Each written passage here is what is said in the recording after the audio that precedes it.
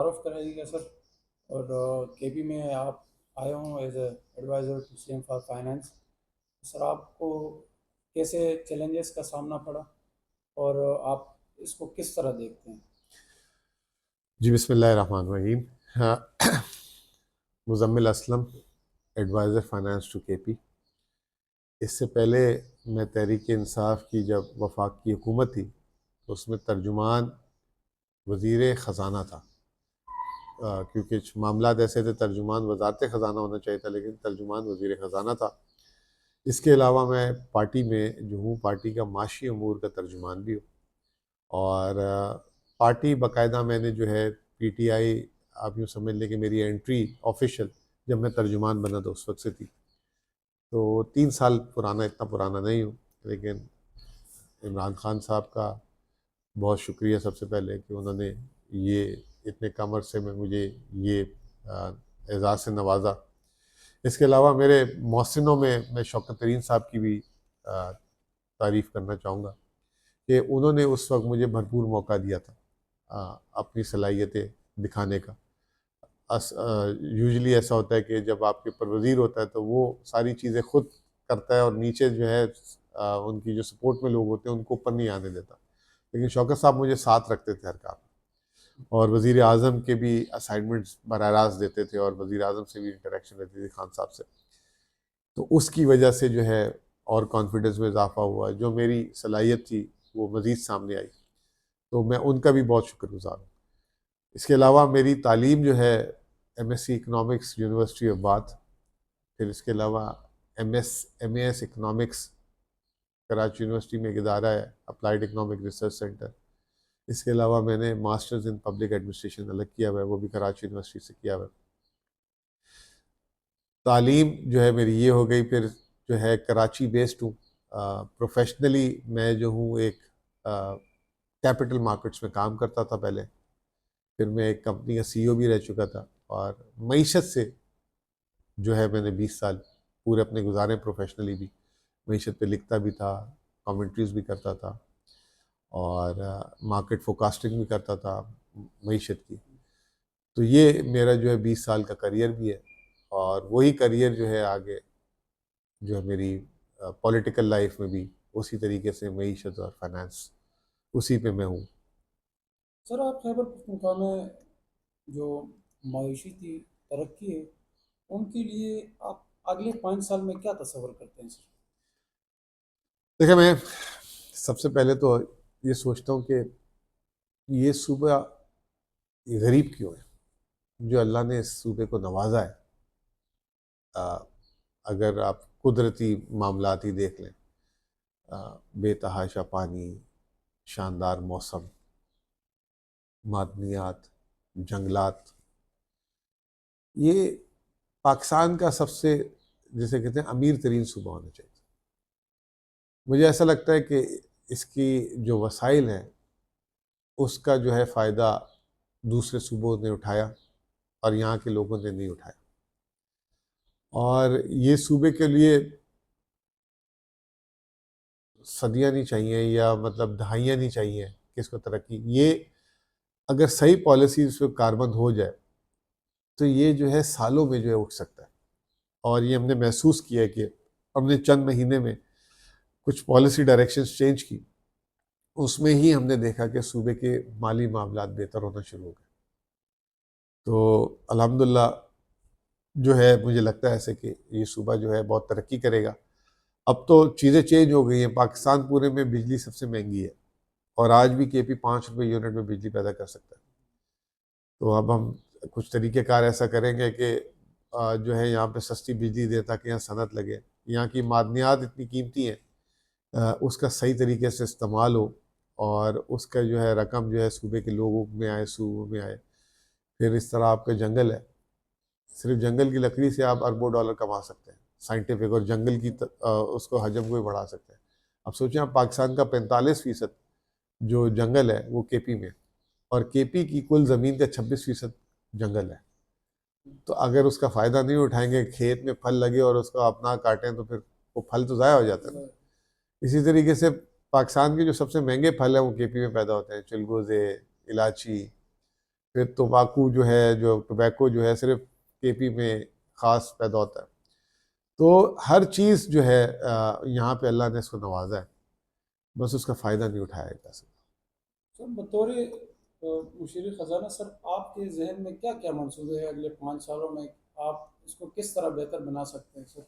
ये जो सब कुछ केपी के अंदर मौजूद है और फिर भी केपी तरक्की नहीं कर पा रहा, तो आपके सर जहन में क्या क्या मंसूबे हैं इसके हवाले से? देखिए जी, अभी तक एक ट्रेडिशन रहा है कि सरकारी गवर्नमेंट आती है, नौकरियां देती है, यहाँ के लोग भी जो है उसी नौकरी, सरकारी नौकरी, फिर पेंशन, सबका वो होता है कि ये हमारी हो जाए तो हमारी ज़िंदगी संवर जाएगी या मामलात वो हो जाएंगे। कभी भी जो है मैंने फ़ील किया है कि यहाँ पे जो एक सयाहत का पोटेंशियल है, मादनियात का पोटेंशियल है, इंडस्ट्रीज़ का पोटेंशियल है, एग्रीकल्चर का पोटेंशियल है, उसकी तरफ तवज्जो नहीं दी गई। और अगर उसकी तरफ तवज्जो दी जाए और रोज़गार मुहैया किया जाए, और अगर प्राइवेट रोज़गार जो है मिसाल है 100 रुपये कमा सकती है और सरकारी रोज़गार अगर 20 रुपये कमाता हो, तो फिर कोई सरकारी नौकरी की तरफ नहीं भागेगा। लेकिन अगर दूसरी तरफ रोज़गार की सहूलत ही ना मुयस्सर हो, तो फिर हर आदमी कहेगा कम से कम सरकारी नौकरी तो मिल जाए उसे। तो कोशिश ये होगी कि जो है फोकस रोज़गार की तरफ जो है हम चेंज कर दें, मुहैया कर दें, और वो इतना प्रॉफिटेबल हो कि लोग कहें कि नहीं भाई, ये हम अपना काम करें।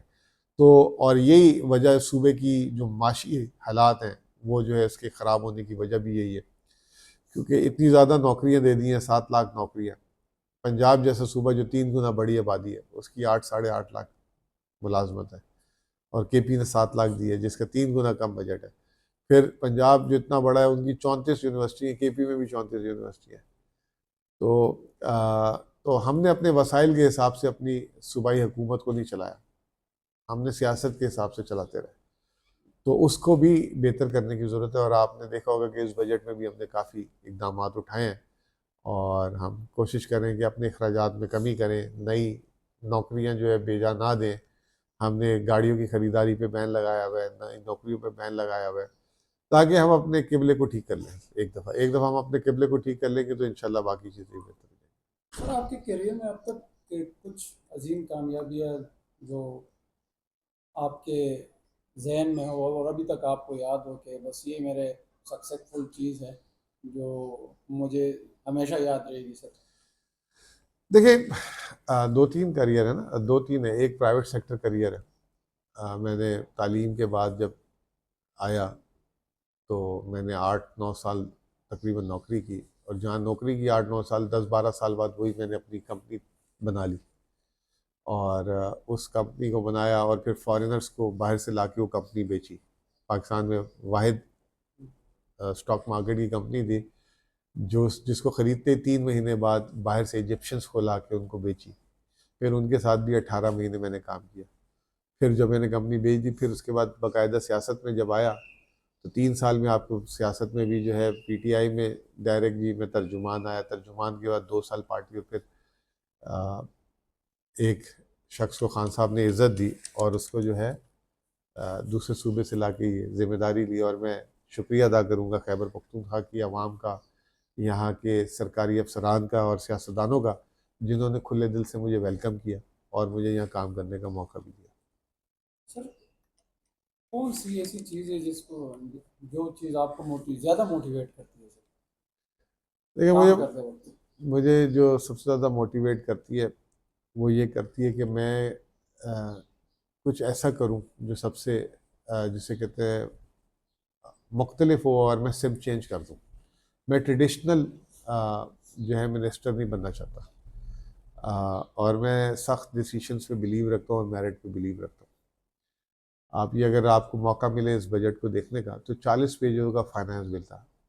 मुझे यहाँ के लोग कहते हैं कि पिछले 10 साल के फाइनेंस बिल की अगर आप चेंजेस निकाल लें और सिर्फ इस साल के फाइनेंस बिल की चेंजेस निकाल लें, तो ये 1 साल भारी होगा। तो और हमने उसमें बिल्कुल अपनी पॉलिटिकल कंसिडरेशन को सामने नहीं रखा कि पॉलिटिकली हमें इसका फ़ायदा है, नुकसान है। हमने जो मेरिट में सूबे के लिए बेहतर है और मुल्क के लिए बेहतर है, हमने सूबे को मुल्क से भी कनेक्ट कर दिया। अगर आप देखें 3 महीने में इतनी खबरें हम सूबे की दे रहे हैं जिससे डायरेक्ट बराह रास्त वफाक का ताल्लुक होता है। पहले ये खबरें बिल्कुल नहीं होती थी। तो हम बाकायदा तौर पे हमने किताब खोल दी है। सर मुश्किलात बहुत आते हैं, काम के दौरान भी, पर्सनल लाइफ में भी, लेकिन हम यहाँ पे काम के दौरान की बात करेंगे। काम के दौरान जो मुश्किलात आए हैं सर, उनको आप कैसे हैंडल करते हैं? देखिए, काम के दौरान मुश्किलात उस वक्त आती हैं जब आप कोई आउट ऑफ द वे काम कर रहे हो, अपने लिए ज़ाती काम कर रहे हो या किसी को फ़वाइद दे रहे हो। जब ऐसी चीज़ें ना हो तो आपके काम में मुश्किलात नहीं आती। तो मेरे काम में तो कोई अल्हम्दुलिल्लाह अभी तक मुश्किल नहीं आई। हाँ, थोड़ा समझाना पड़ता है लोगों को, क्लियर करना पड़ता है कि क्या हालात हैं, क्यों किया है, उसका पस मंज़र क्या है। लेकिन सो फार मैं मतलब ज़्यादती करूँगा कि ये बोलूँगा कि मेरे काम में मुश्किलात डाली गई हैं या मुश्किलात की हैं। मैं एक्सपेक्ट नहीं कर रहा था, मेरी तवक्को से ज़्यादा मुझे सपोर्ट मिली है। लास्ट क्वेश्चन सर, आप खासकर केपी के लोगों को और आवाम को और ख़ासकर नौजवान नस्ल को क्या पैगाम देना चाहते हैं? देखिए, मैं सबसे पहले तुमको ये पैगाम दूँगा कि आपके आगे समुंदर है, आपके सूबे में बहुत गैप है। मिसाल के तौर पे अभी मैं कल गया था, तो मैंने एक मार्बल की दुकान देखी, मैं रुक गया। वहाँ मैंने मार्बल की कीमत पता की, 80 रुपये 90 रुपये स्क्वायर फीट। वही चीज़ दूसरे सूबों में 400 रुपये 500 रुपये। अच्छे तरीके से आप डिज़ाइन करें, ऑनलाइन बेचें। आपके पास इतना कुछ यहाँ पड़ा हुआ है, एक से एक पत्थर है, मादनियात है। You have so much to sell from this region. तो आप अपनी ताकत को जो है ना, अंडरस्टैंड कर लें। जिस दिन आपको आपकी अपनी वो स्ट्रेंथ का पता लग जाए, तो कोई आपको हरा नहीं सकता। और ये सरकारी नौकरियां, मैं अब अक्सर लोग आते हैं कहते हैं जी बहुत कम तनख्वाह है, तनख्वाह ज़्यादा होनी चाहिए। मैं ये कहता हूँ उनको कि आपको मजबूरी तो नहीं है ना कि आप सिर्फ ये काम करें। आप, इतना बड़ा प्राइवेट सेक्टर है, इतना ज़बरदस्त कारोबार हो सकता है। तो इस माइंडसेट से निकले कि जो लोगों के जहन में है कि सिर्फ गवर्नमेंट नौकरी ही बेस्ट होती है, ये आपके पोटेंशियल को बल्कि रोकती है। मैं समझता हूँ कि आपके जो असल पोटेंशियल है वो प्राइवेट सेक्टर से अनवील हो सकता है। हम पूरी कोशिश करेंगे कि ये सहूलियात मुहैया करें उनको और उसका फ़ायदा उठाएं। इस सूबे का मुस्तकबिल बहुत बेहतरीन है, ये मैं आपको गारंटी देता हूँ।